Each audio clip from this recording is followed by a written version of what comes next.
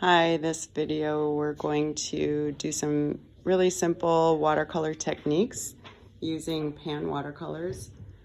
They're called pan watercolors because they're in these cakes here, and then when you open the cover, you've got a palette over on this side to create washes in. With watercolor painting,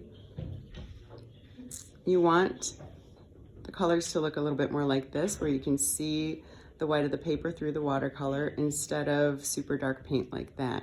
In some areas you will want to have some darker values, but we start out really light with a lot of water first. So to do that, we create washes in this side of the palette.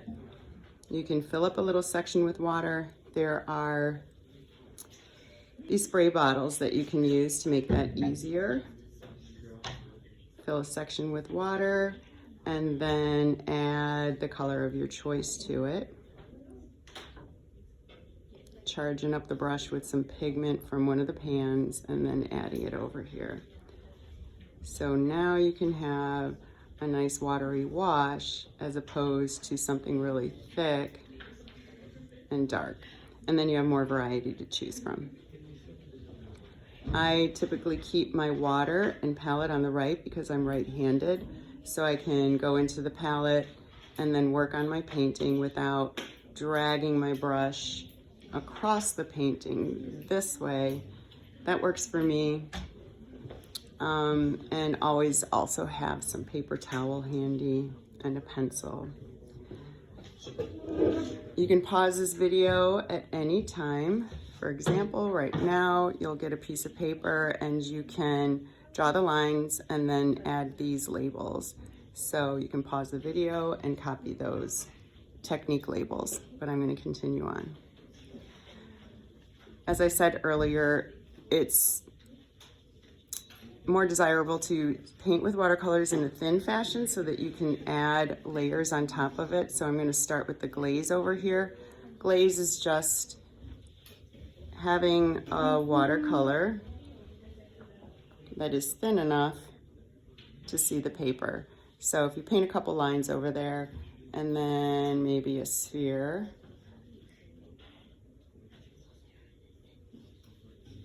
we're gonna let that dry and then come back to it later.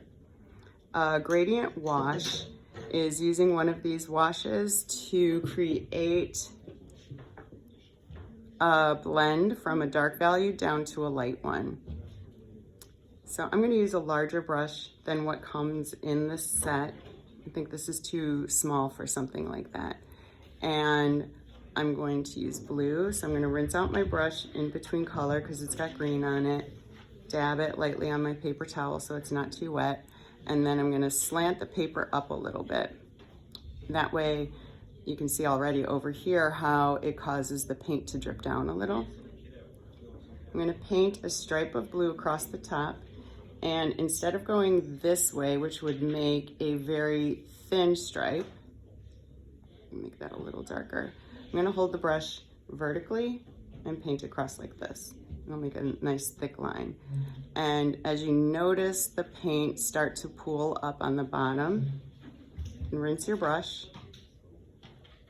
And then again with a vertical line, paint across where you see that pool of water pooling up on the bottom.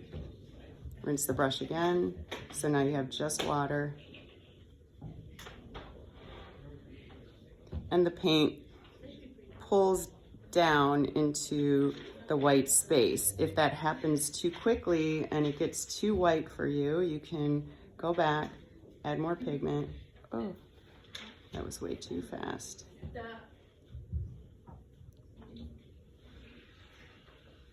And bring the white a little bit closer to the bottom of the paper. And that is a gradient wash. With watercolor, there's no white. And so if you want a white area in your paper, you're gonna have to save it. So for example, you draw a cherry in this space and you have like a really shiny spot, a nice white highlight on it.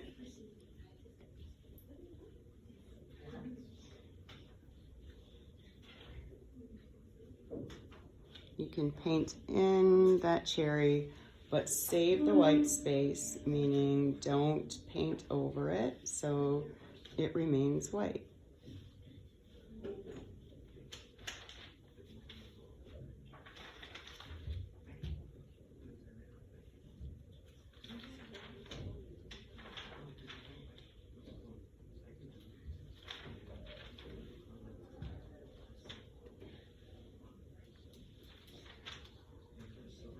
You can add some more pigment if you want an area darker.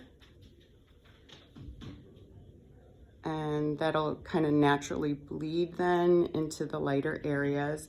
And then if there's any area that seems a little bit too dark, you can dry out your brush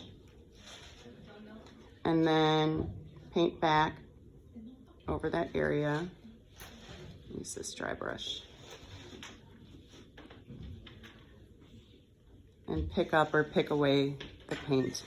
You could also use your paper towel and dab or blot and then pick it up. Don't ever brush over it.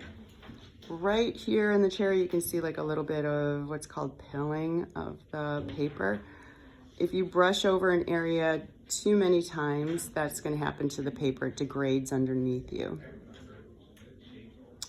Two color gradient. We're going to do the same as the gradient wash up here, but we're going to have two colors. So I'm going to go vertically this time and start with orange on this side and have it gradient into green on this side. So I'm going to start with the orange, tilt the paper. It's pooling up nicely. Rinse out my brush.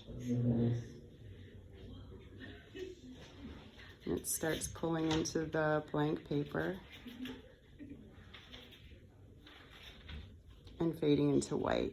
And then on this side, I'll do the green. I'm going to turn the paper over to make that easier. Go into the green, paint the color, rinse my brush, pulling up, rinse the brush again. Dry it out a little bit. And so now you've got that orange blending into green for a two color gradient. When you paint with watercolor on dry paper, you can get some really crisp outlines, but when you paint on a wet surface, it'll be blurry. So let's prep the paper over here by painting it with just water, and then try with your brush and another color, just paint kind of some shape into it, and you'll see how it just naturally bleeds. It doesn't have to be on white. You can use a background color, like, let me pick up this red, which will make a nice pink background. And again, paint on top of that, and you get that really nice bleed. Blooms are really similar, and I'm just gonna go ahead and use a blue background for the blooms. I could do a gradient blend down here or just do a solid wash. And then while that is still wet, I'm going to take another color, orange, and just drop it in. And you can watch how the paint blooms or just kind of spreads out. And you can do multiple colors. You can add another color into that. I'm going to go into the palette directly into the pan. Put a little red in the center. They look kind of like fireworks. So over here the paper dried already and now it's just staying put.